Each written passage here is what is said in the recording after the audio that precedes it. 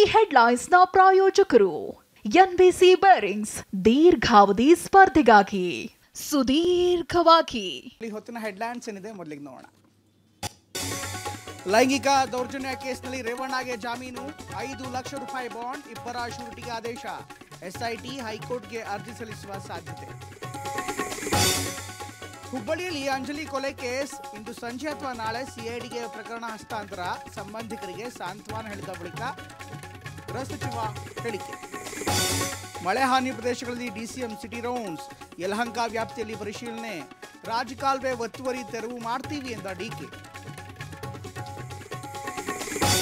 ಲೋಕಸಭೆಗೆ 5ನೇ ಹಂತದ ಚುನಾವಣೆ, ಮುಂಬೈನಲ್ಲಿ ಸ್ಟಾರ್ಗಳಿಂದ ಮತದಾನ, ಅಮಿತಾಬ್, ಐಶ್ವರ್ಯ, ಸಲ್ಮಾನ್ರಿಂದ ಹಕ್ಕು ಚಲಾವಣೆ.